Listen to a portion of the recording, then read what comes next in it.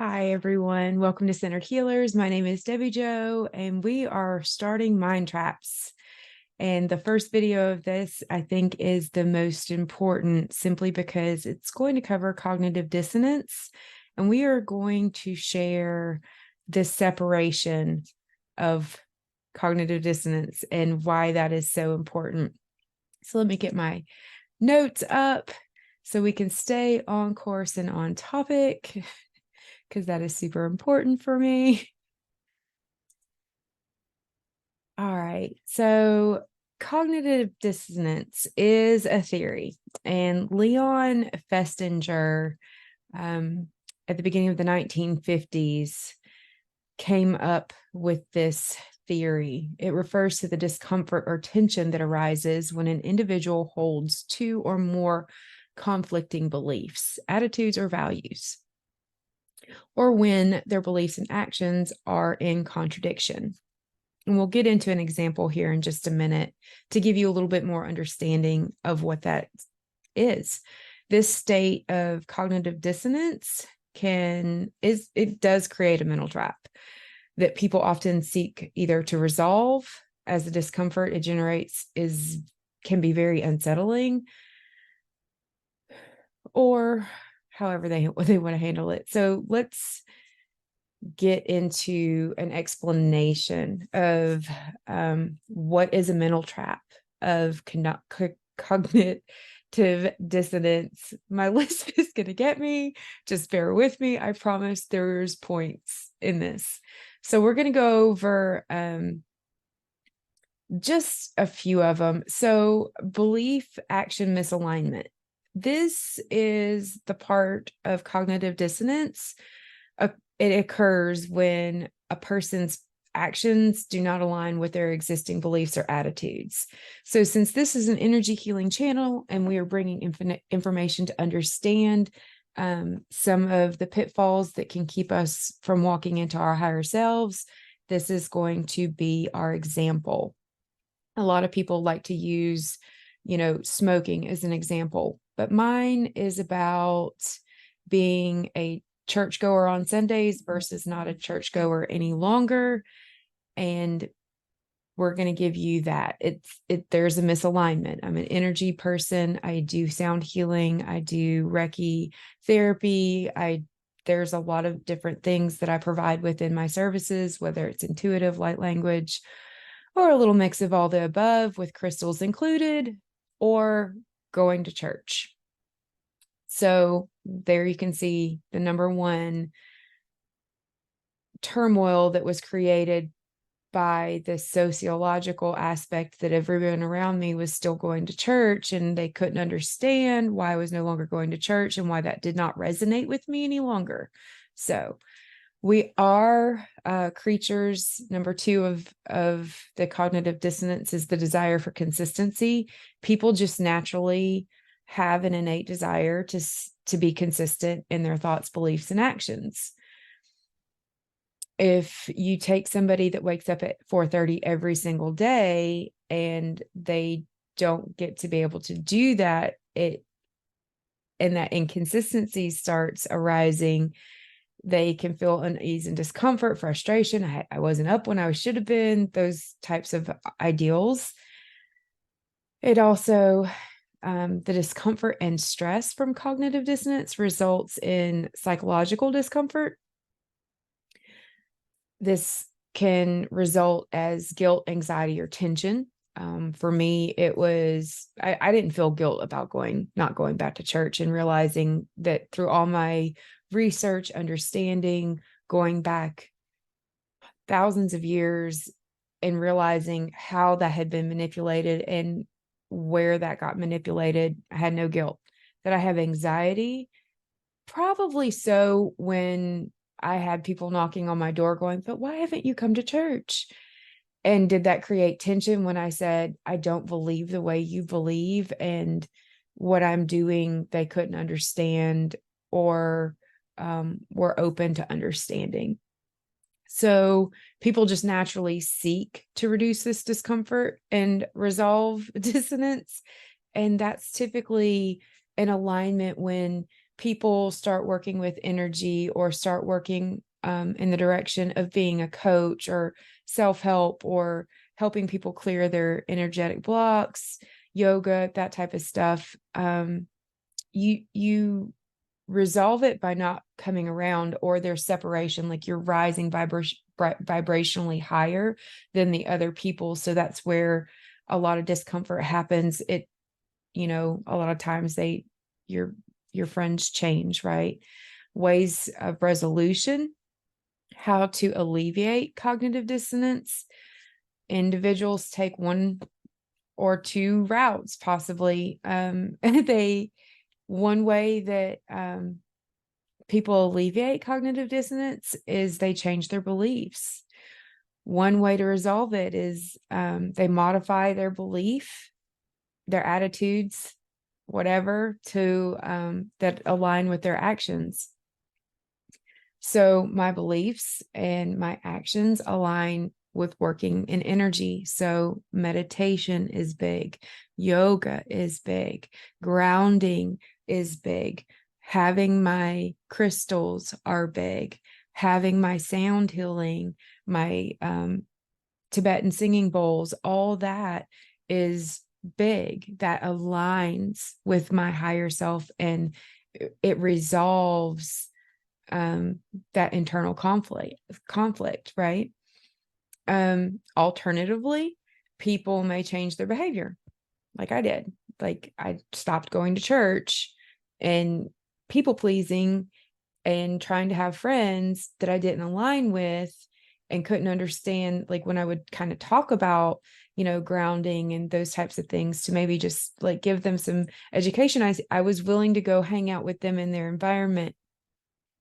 So I did change my behavior to align with theirs. And then I went back to where I felt the best, like where I felt whole, where I felt love and appreciation and gratitude, right? Another part of this is seeking confirmation. There was a point in time I'm like, is this right? Should I do that? And it wasn't. And a lot of people were like, well, that was, you're seeking confirmation because it's wrong. No, I was seeking confirmation because I knew something wasn't aligning.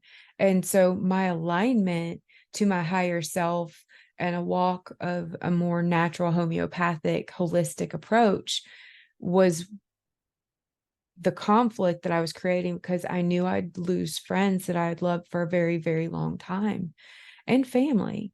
And so I was seeking confirmation for that correlating ability. I still love them to this day. And if they need me, I will always be there for them. And to minimize the importance, some individuals downplay the significance of dissonance, essentially convincing themselves that the inconsistency isn't that important or relevant. I tried that as well. I tried to minimize the importance of this internal conflict that was creating between the two.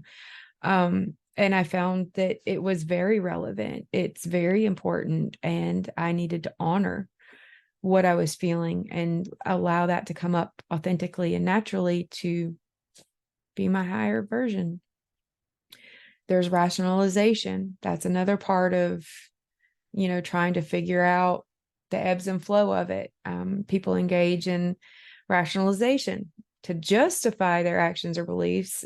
This can involve finding reasons or excuses to explain away the inconsistency, because it's if I could tell you how powerful cognitive dissonance is, because the sociology of it, darn tongue, is, we are people. We're naturally are born into community, into a family structure, into kinship, and walking away from stuff that you've known, for some your whole life, you have to somehow find a way to rationalize the direction that you're going in, especially when that family doesn't necessarily fully encompass, understand, and value your walk. Our walks are all individual. They're all perfectly written for that person. And that this has more meaning. And I feel like it's being talked more and more about, but the role of the social influence, the social factors, it just exacerbates it. It just makes it just even more daunting when this doesn't even need to be the case. You know, we love, that is our language, love language. You know, we truly are loving beings. We want to nurture, protect, honor, value, and help other people. So, in a person's social group, that strongly, like mine was, like strongly church based, strongly church this, strongly church that. And then I bring in higher consciousness, I bring in quantum physics, I bring in geometric figures, I correlate, I start researching the correlation between music and sound frequency and mathematics and all these different intervals and variations of what needs, how does this all work, right? Like how did we separate everything when it's all together? And it challenged a lot of people's beliefs, and the action was separation. I had to separate myself and go find my people. So it can impact decision making, right? One of the last things, it influences our decision making. Do I choose to talk about what I'm passionate about, or do I not? Like, do I not share because it's caused turmoil, conflict, judgment, persecution, condemnation? Shall I keep going? To bring up what I'm passionate about. So you mute yourself, you shut down your throat chakra, and you don't communicate, you don't talk, you become mute because it doesn't. I got to the point of why have a conversation when I'm expending energy that it won't be received, right? So someone, investing time, money, their education in upholding that book versus me investing my time, money, and education and understanding the power of physics and mathematics and music and frequency therapy and sound healing and all these things that have such an important role in holistic approach to our wellness and wholeness and oneness. That's more examples, right?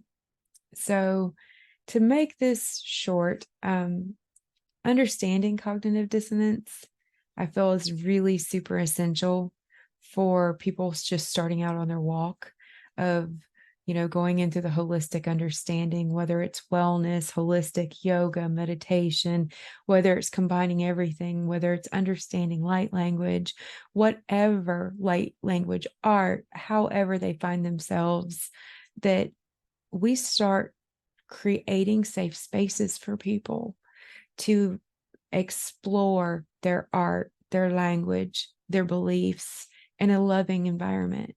And we can do this. It's just seeing people where they're at and honoring them. It's just natural for me. I don't understand why it's so hard for others, but that's okay. It's not for me to understand. So I hope this helps. And when you walk forward, I hope that this helps you engage in rationalizations of understanding, so it reduces the comfort, because this is a real thing and I've had to learn it, and so I'm sharing it because it is part of the walk.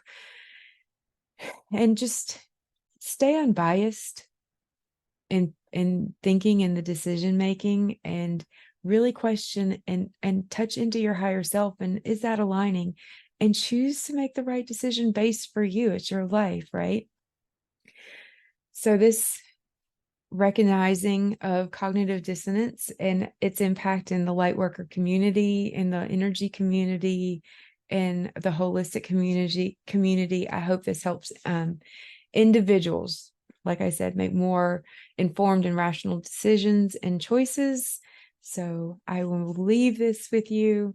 Feel free to follow along. This is a little series that I'm calling Mind Traps. The next video is we're going to talk about the spotlight effect and how that affects people from the community and walking into your energy and your holistic well-being and your walk upon your journey that you're venturing into. And maybe this bridges the gap of why things are kind of chaotic and hectic.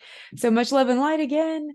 My name is Debbie Jo. Come back and see us at Centered Healers to learn more about the cognitive approaches to reality and sociology and how all this stuff works and goes together. And why is there so much chaos? Bye, guys.